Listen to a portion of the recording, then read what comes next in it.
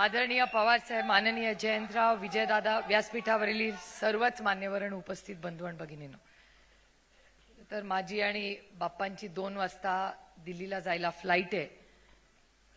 याचं कारण असं की 7 वाजता संध्याकाळी माननीय प्रधानमंत्र्यांकडे ऑपरेशन सिंदूरला जे खासदार सगळे गेले होते, आम्हाला सगळ्यांना माननीय प्रधानमंत्र्यांनी 7 वाजता बोलवलेलं आहे. त्याच्यामुळे आम्हाला आमची सकाळी टेस्ट करून, तिथे जायला कोविडची टेस्ट करायला लागते, ती टेस्ट करून आम्हाला वेळेत दिल्लीत पोचायचं आहे. पण मी बघते सकाळ मगाशी अमोलदादाही बोलले की सगळ्यांची भाषणं माझ्यामुळे कट झाली आहेत, असा एक आरोप माझ्यावर झाला आहे. पण खरं तर आदरणीय पवारसाहेबांचं 12:30 पाऊणला भाषण व्हायचं होतं, त्याच्यामुळे आपला काही फार वेळ मी घेणार नाही. पण आजचा हा वर्धापन दिनाच्या आपल्याला मी मनापासून सगळ्यांना शुभेच्छा देते. म्हणता म्हणता 26 वर्ष झाली. आजही तो दिवस आठवतो, शिवाजी पार्कचा तो भव्य दिवळ सोहळा. संगमाजी, तारिकभाई, संगमाजी आज नाहीत आपल्यात. तारिकभाई, त्यांची माझी भेट होते अनेक वेळा. ते आज बिहारमधून निवडून आलेले आहेत, खासदार आहेत आमच्या सगळ्यांबरोबर. आणि मला आठवतं त्यावेळेस, मला वाटतं प्रदेशाध्यक्ष पहिले हे माननीय भुजबळ साहेब होते. आणि तो एक मोठा कार्यक्रम होता, एक काळ होता. कुणालाही वाटलं नव्हतं की 6 महिन्यात आपण सत्तेमध्ये येऊ. आणि 6 महिन्यात आपण सत्तेत आलो आणि पूर्ण 18 वर्ष राष्ट्रवादी काँग्रेस पक्ष जन्माला आला, तो 6 महिन्यातच सत्तेत बसला आणि सलग 15 वर्ष सत्तेत राहिला तो पक्ष. ह्याच्यात सगळ्यांचेच कष्ट आहेत. आदरणीय पवार साहेबांचं नेतृत्व, पण इथे बसलेले आणि असंख्य आज इथे नसलेले प्रत्येकाचं मोठं योगदान हा पक्ष बांधणीमध्ये आहे. त्याच्यात काही आपल्याबरोबर आज नाहीत. आबांची तर आठवण केल्याशिवाय कार्यक्रम पूर्णच होऊ शकत नाही. आबांचंही अध्यक्ष म्हणूनही मोठं योगदान होतं. आज अरुणभाई व्यासपीठावर आहेत. असे असंख्य, पिचड साहेब, ते जरी नंतर आपल्याला सोडून गेले तरी त्यांचं योगदान आहे. ज्यांनी आपल्याबरोबर कधी ना कधी काम केलं त्याची नोंद माणसांनी आयुष्यात नेहमी ठेवली पाहिजे, जाणीव ठेवलेत. हेच आपले संस्कार आहेत. मला अनेक वेळा माझ्या मतदारसंघात, परवाच आम्ही फिरत होतो भोरला, भोरचे लोक दिसत आहेत तिथे मला. आम्ही गाडीत मगाशी, हा बसलाय विठ्ठल तिकडे, विठ्ठल आणि मीच चर्चा गाडीत काढत होतो. विठ्ठल म्हणला, ताई आपण बाकीचे भेटतात असं तसं काय हे ते. मी त्याला म्हणलं, विठ्ठल, तो म्हणला तुम्ही टीका डायरेक्ट करत नाही त्यांच्यावर. म्हटलं, हे बघ विठ्ठल, मी 4 इलेक्शन लढले, 3 इलेक्शनला त्यांनी माझी मदत केली आहे, एकाला विरोध केलाय, ठीक आहे, अभी 3 का बाकी आहे. त्याच्यामुळे जरी कधीतरी एका ताटात जेवलो असलो तरी ते एक वेळ विसरले असतील, पण माझ्यावरचे संस्कार मी नाही कधी विसरणार. त्यामुळे ठीक आहे, त्यांनी ज्यांनी जो मार्ग निवडला असेल त्यांना आपल्या शुभेच्छा आहेत. पण तुम्हाला ते दृश्य आठवत असेल, साताऱ्याचा असेल, जेव्हा शशिकांत शिंदेजींचा वाढदिवस होता, मला अजूनही आठवतं, आज सगळेच प्रचारात होतो. मला माझ्या ऑफिसमधून फोन आला की साहेब भिजलेले आहेत पूर्णपणे, काय झालं. मी शशिकांत शिंदेंना फोन केला, म्हटलं काय झालं, पाऊस झाला, काय झालं. ते म्हणले आम्ही केक कापतोय. म्हटलं कसला केक कापताय, इथे आम्ही एवढे टेन्शनमध्ये होतो, काय झालं, पाऊस झाला. ते म्हणले नाही, पाऊस झाला, भाषण झालं, आम्ही आता केक कापतोय. म्हटलं मग आम्ही काय नाही. आणि लक्षात नाही आलं की तो एक फोटो, तो एक साताऱ्याचा फोटोनी 2019चं इलेक्शन पूर्णपणे फिरवलं. हीच महाराष्ट्राची आणि सर्वांची ताकद. त्यामुळे यश अपयश हे प्रत्येकाच्या आयुष्यात येत असतं, ते आपल्याही आलं. मी तो क्षण कधी विसरणार नाही. 2 जुलैचा, 2 जुलैला इथलेच पुण्याचे प्रेसवाले तिथे होते आणि त्यांनी विचारलं, तुमचा पक्ष सगळा गेला, तुमच्या पक्षाचा विश्वासार्हता चेहरा कोण.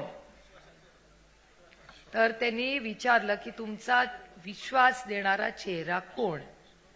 त्याच्यावर साहेबांनी हात वरती करून सांगितलं, शरद पवार. हा स्वतःवर असणारा विश्वास आहे. मी माझे वडील म्हणून, नातं म्हणून सांगत नाही, पण मी त्यांच्याकडे जेव्हा लांबून बघते तेव्हा मला असं नेहमी वाटतं, ही जी आपण एकामेकासाठी मोटिवेशनल भाषणं करतो ना, लढेंगे जितेंगे, ये करेंगे, ते कधीच त्याच्यासाठी थांबत नाही. कारण का त्यांचा स्वतःवर विश्वास आहे, त्यांच्या विचारावर विश्वास आहे. ज्या दिवशी तुमचा स्वतःवर विश्वास असेल ना, तर मग कुठलीही सत्ता, कुठलंही पद, कुठलं काहीही मायने नाही राखता. हे मला बोलणं सोपं असेल, तुम्हाला वाटत असेल, पण मी लवकर समाधानी होते. कारण का आपला संघटना ही कशासाठी पवार साहेबांनी उभी केली याची विचारधारा आपल्याला माहिती असली पाहिजे. फायनल गोल काय? फायनल गोल तुमची सत्ता आहे का फायनल गोल तुमचा सर्वसामान्य मायबापची जनतेची सेवा आहे? ज्याचा उल्लेख आता केला ना अमोलदादांनी. मी अमोलदादा माझं कौतुक करत होते, निलेश लंके माझं कौतुक करत होते, त्याच्यात काही तथ्य नाही. 8च्या 8 राष्ट्रवादी काँग्रेस पक्षाचे जे खासदार आहेत ना, ते जेव्हा जेव्हा पार्लमेंटमध्ये उभे राहतात, एखादा मंत्र्याला लाजवतील, हेकलिंग होईल, पण एकही खासदाराला हेकल होत नाही आणि त्यांच्या भाषणाला दाद दिली जाते. त्यांच्या भाषणाला इम्पॅक्ट दिला जातो. पॉलिसी डिसिजन मध्ये आम्ही असतो. मी काल रात्री दिल्लीवरून आले. नवीन इन्कम टॅक्सचं बिल येणार आहे. त्या नवीन बिल्डिंगच्या इन्कम टॅक्स बिलमध्ये राष्ट्रवादी काँग्रेस पक्षाचं मत आहे, विरोधी पक्षात असलो तरी. ज्याचा उल्लेख मगाशी कोणीतरी केला, 1 नेशन 1 इलेक्शनचा. 1 नेशन 1 इलेक्शन मगाशी मला वाटतं निलेश भाऊच बोलले.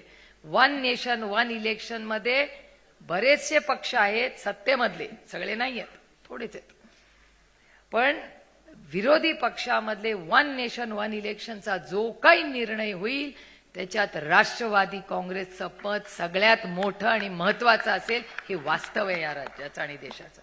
त्यामुळे कुठलाही मोठा निर्णय जरी विरोधात असलो तरी मोठा जेव्हा निर्णय देशात होतो त्या पॉलिसी मेकिंग मध्ये राष्ट्रवादी काँग्रेस पक्षाचं मोठं मत देशात घेतलं जातं. हे वास्तव आहे या पक्षाचं देशामध्ये. आणि कालचीच एक गोष्ट सांगते. खरं तर मी माझं भाषण त्यांनीच सुरुवात करणार होते, मग माझं भाषण करायची वेळच नसती मला आली. तेवढंच माझं भाषण होतं. काल मी इंडिगोनी काल आले पुण्यावरनं माझी कमिटी मीटिंग करून, आणि माझ्या शेजारी सत्तेतले खासदार बसले होते. सत्तेतले खासदार मी आणि एक माणूस. तो माणूस आम्हाला काय ओळखत नव्हता. तो भारतीय आहे पण चायनामध्ये काम करतो. त्यांनी आमच्या दोघांना बोलताना पाहिलं आणि म्हणलं, तुम्ही दोघी राजकारणात आहात का? तो म्हणलं, हो आम्ही दोघंही राजकारणात. कुठल्या पक्षात आहात? म्हणजे काँग्रेसच्या विचारात का बीजेपीच्या विचारात? तर त्या व्यक्तीने इंग्रजीत सांगितलं NCP. तो शेजारचा माणूस पटकन, जो मलाही ओळखत नव्हता त्यांनाही ओळखत नव्हता, म्हणाला, अच्छा शरद पवार NCP. हा, आणि हे व्हेरीफाय पण करू शकता तुम्ही. मी शेजारच्याचं नाव आज सांगणार नाही, पण मीडियाला विचारायचं असेल तर फार लांब नाही जावं लागणार आहे. त्याच्यामुळे इट इज नॉट, हे परसेप्शन गेम नाही, हे वास्तव आहे. या पक्षाची स्थापना आणि ही 26 वर्ष ही तुमच्या सगळ्यांच्या कष्टांनी झालेली आहे. पण त्याच्याबरोबर संघर्ष येतो, अपयश यश येत असतं, प्रत्येकाच्या आयुष्यात येतं. म्हणून काय आपल्याला हतबल व्हायची गरजच नाही. उलट मला तर वाटतं खूप वेळा की बापरे, जेव्हा त्या लाडक्या बहिणींची नावं कमी होतात ना, कसं तुम्ही डिफेंड करणार आहे मला सांगा ना. जेव्हा शेतकऱ्याचं नुकसान होतं, ज्याचा उल्लेख आता सरांनी केला, देशमुख साहेब म्हणाले कर्जमाफी करणार करणार करणार. काल इथे आप्पासाहेब पवार बसलेत. काय परिस्थिती आहे शेतीची सांगा जरा, कांद्याची काय परिस्थिती आहे दौंड, इंदापूर, बारामतीला जाऊन. आणि फक्त माझ्याकडे नाही, सगळीकडे राज्यात परिस्थिती आहे. सरसकट कर्ज माफी करावी ही मागणी मी राजकारणासाठी करत नाहीये, ही राज्यातली परिस्थिती आज आहे. महाराष्ट्रामध्ये आज गरीब कष्ट करणाऱ्या मुलांचे, अनाथ मुलांचे पैसे आज त्यांना मिळत नाहीये. स्कीम बंद होते. मी म्हणत नाहीये, ह्या सगळ्यांच्या चॅनलवरच दाखवलं जातं. काय फिस्कल डेफिसिट आहे. आता लोक म्हणतात फिस्कल डेफिसिट, ताई भाषण करते आम्हाला समजतच नाही.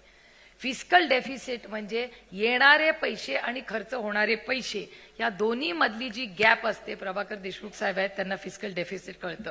जयंतरावांनी तर फिस्कल डेफिसिटवर 10 वर्ष इथे अर्थमंत्री म्हणून काढलं. त्यांच्या काळात सगळ्यात कमी हे होतं. त्याच्यामुळे ते यशस्वी अर्थमंत्री म्हणून जयंतरावांकडे दिलं जातं. त्यामुळे आज राजकारण करत असताना विरोधात जे सत्ता, पॉलिसी लेवलला काम केलं पाहिजे. आपण इलेक्शन्स येतील आणि जातील, पण पॉलिसी लेवलवर काम आणि विचार याच्यावर पक्षाने काम करणं गरजेचं आहे. माझी विनंती राहील, मी आदरणीय पवार साहेबांना विनंती करते या व्यासपीठावरनं की ह्या महिन्यानंतर दर महिन्याला 2 दिवसाचं वर्कशॉप हे ओपन ठेवा. ज्याला यायचंय त्यांनी यावं, पण आपली विचारधारा नक्की काय आहे, श्रद्धा ही असलीच पाहिजे. पण अंधश्रद्धा नसता कामा नये. तुम्ही आत्मचिंतन करून बघा, तुम्ही श्रद्धा आहे तुमची का अंधश्रद्धा आहे तुमची? पांडुरंगावर माझं प्रेम आहे आणि माझा डायरेक्ट कॉन्टॅक्ट आहे, मला मध्यस्थी लागत नाही त्याच्यामध्ये. श्रद्धा ती डायरेक्ट मध्ये असते, मध्ये ती अंधश्रद्धा येते. त्यामुळे आज पक्ष असताना पक्षाची विचारधारा याच्यात कंप्लीट क्लॅरिटी असली पाहिजे. त्याच्यामुळे ट्रेनिंग प्रोग्राम हे पक्षाने घेतलेच पाहिजेत. गाववाडी वस्तीवर महिन्याला मीटिंग झालीच पाहिजे आणि नवीन उमेदीने शून्यातून पक्ष उभे राहतात. इथे बघा, या पहिल्या 2 रो मध्ये मी किती जण बसले होते, हे सगळे साहेबांबरोबर 60 वर्ष कदम साहेब बसलेत, मगाशी गेले परत आले. ही जिद्द पाहिजे आपल्याला. These are men made of steel. मग पाऊस येऊ दे, काही येऊ दे, काही येऊ दे, काही फरक पडत नाही. हे लढत राहतात, चालत राहतात. ही ताकद असली पाहिजे आणि ती फक्त भाषणात नाही, कृतीमधून केली पाहिजे आपण. त्यामुळे माझी फार अपेक्षा आहे, मी स्वतः पुढच्या महिन्यापासून राज्याचा दौरा करणार आहे. कारण का मला असं वाटतं की राज्याची परिस्थिती खरंच गंभीर आहे आज. अहो, ज्या हगवणे कुटुंबांना मी माझ्या लोकसभा मतदारसंघात माझ्या 3 इलेक्शनला त्या कुटुंबांनी काम केलंय. मला विश्वासच बसत नाही की ज्या पांडुरंग आपले हगवणेजी, ज्यांनी आदरणीय पवार साहेब, नाना नवले यांच्यावर 5 दशकं काम केलं, अतिशय सुसंस्कृत काँग्रेसच्या विचाराचं कुटुंब, काय झालंय त्या कुटुंबामध्ये? शिकलेलं घर, त्यांची सून आज ती आत्महत्या करते हुंड्यासाठी. ह्या महाराष्ट्र आपल्याला हवाय. आपली नैतिक जबाबदारी नाही पक्ष म्हणून की हुंडा मुक्त महाराष्ट्र करायची, काय फक्त सत्तेमध्ये जा एवढंच आपलं लक्ष आहे? चला, आज निर्णय घ्या सगळ्यांनी की आजपासून पूर्ण ताकदीने राष्ट्रवादी काँग्रेस पक्ष या सगळ्या सामाजिक प्रश्नांसाठी राखीव उठेल आणि शून्यातून प्रश्न. आणि काय वेळ लागतो, महाराष्ट्र फिरूया ना, लोकांपर्यंत जाऊया. वाढव, ज्याचा उल्लेख निलेश लंकेंनी केला, साहेब गाडीतून का फिरतात? आजकाल सगळ्यांचे फोटो येतात बाई त्या रील मध्ये, कोण कुठल्या विमानातून उतरतंय, हेलिकॉप्टर, काय काय काय काय येत. खरंच आहे, सत्तेमध्ये तर विचारूच नका. आता त्याच्यावर मी आज बोलणार नाही, व्यासपीठ नाही आणि त्यांच्यावर टीका करायला मी आज उभी नाही राहिलेले. पण हे अस्वस्थ करणारी परिस्थिती आहे. जर राज्यात जर विमानाने फिरत असेल तर त्याला माहितीच नाही ना प्रजाचे हाल चाललेत काय.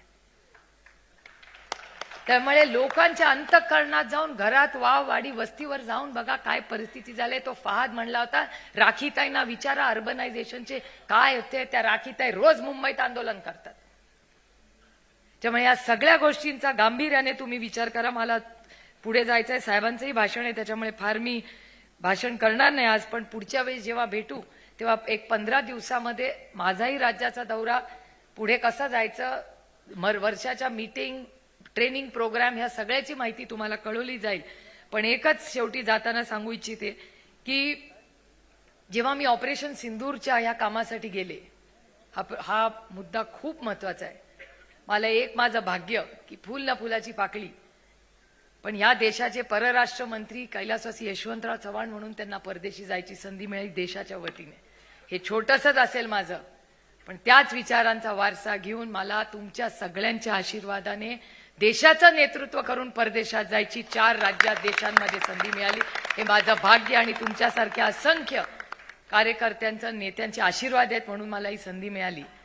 पण एक गोष्ट मला जाणवली तिथे की ज्या ज्या देशांमध्ये मी गेले त्या देशात पहिला प्रश्न मला विचारायचे ते की तुमचा महात्मा गांधींचा तुमचा देश आहे. आम्हाला फक्त तुमच्या देशात कोण आठवतं तर पंडित जवाहरलाल नेहरू आमच्याकडे येऊन गेले होते.